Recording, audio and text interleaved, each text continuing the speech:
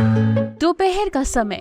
कृषक सोनेलाल घर में मन ही मन खेतों में खड़ी गन्ने की फसल के ब्यात एवं बढ़वार के बारे में सोचते हुए डायरी में अपने घर गृहस्थी की जरूरतों पर होने वाले खर्च की योजना बना रहा है।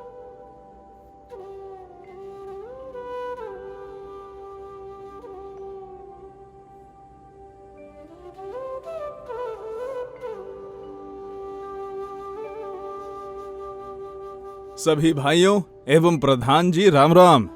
राम राम सोनेलाल भाई, बही खाता में क्या कर रहे हो? सोनेलाल भाई, लगता है बड़ी लंबी प्लानिंग हो रही है। इस बार सोनेलाल ने नई गन्ना की प्रजाति को 15023, कोलक 14201 को 0118 बोई है, जिसमें कोई भी रोग इनके गन्ने के खेतों में दिखाई नहीं दे रहा है। और तो और इसकी ब्यांत एवं बढ़वार भी काफी अधिक है। जी प्रधान जी, इस वर्ष अब तक गन्ने की फसल देखकर एवं होने वाली अपेक्षित आमदनी को सोचते हुए लड़के को शहर भेजकर मेडिकल की तैयारी हेतु कोचिंग में दाखिला दिलवाना चाह रहा हूँ। घर में नई बैठक भी बनवाऊंगा एवं नई मोटरसाइकिल भी खरीदने की प्लानिंग कर रहा हूँ। बस इन्हीं सब खर्चों की योजना बना रहा हूँ। सोनेलाल, बात तो अच्छी है, परंतु अभी गन्ने की फसल के अति महत्वपूर्ण कार्य गन्ने में मिट्टी चढ़ाई तो होना बाकी ही है। गन्ने में मिट्टी चढ़ाई वाला कार्य के बाद ही घर एवं खेती बाड़ी से संबंधित खर्चों के लिए गन्ने की फसल से आमदनी को सोचो। याद है या भूल गए? विगत वर्ष सितंबर में सारा का सारा गन्ना गिर व सूख गया था व चूहे गिदड़ जगह जगह खा गए थे। मेरी मानो गन्ने की फसल में मिट्टी चढ़ाई का कार्य मध्य जून से ट्रैक्टर चलित यंत्र रिजर अथवा मजदूर लगाकर गन्ने की जड़ों के पास 8 से 9 इंच मिट्टी चढ़ाना शुरू कर दो और जुलाई तक सभी खेतों में मिट्टी चढ़ाई वाला कार्य खत्म कर लो।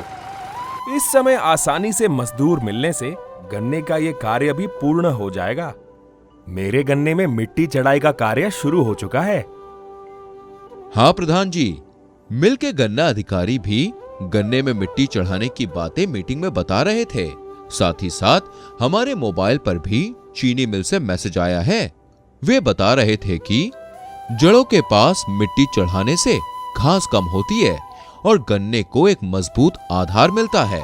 मिट्टी चढ़ाने से गन्ने की पैदावार बढ़ती है, क्योंकि इससे अनावश्यक किल्ले नहीं निकलते हैं, जिससे पहले से बढ़ रहे किल्ले मोटे लंबे तैयार होते हैं। मिट्टी चढ़ाने का कार्य बरसात से पहले खत्म हो जाता है, जिससे बरसात का पानी मिट्टी चढ़ाने के कारण बनी नाली में इकट्ठा हो जाता है। इससे गन्ने की जड़ें खराब नहीं होती हैं।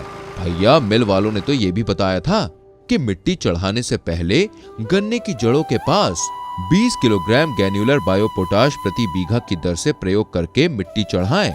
इससे गन्ने की पैदावार सर्वोत्तम प्राप्त होगी। प्रधान जी, मिल वाले अधिकारी बिल्कुल ठीक कह रहे हैं। वो सारी बातें हमारी भलाई के लिए ही कह रहे हैं।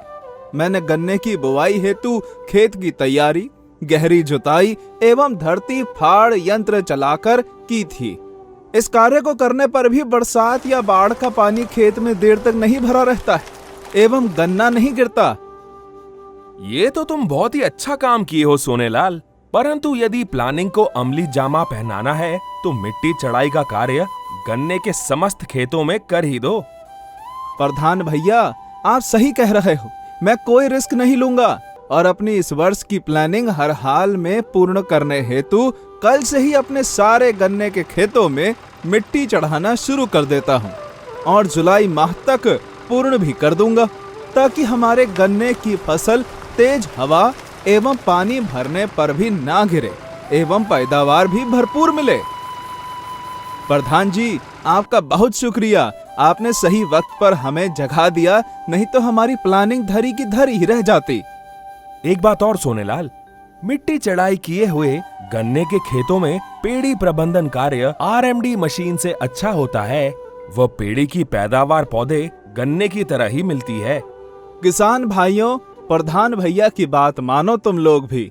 अपने अपने गन्ने के खेतों में मिट्टी चढ़ाओ एवं आज ही हम सभी चौपाल लगाकर सभी किसान भाइयों को मिट्टी चढ़ाई के लिए बताएंगे।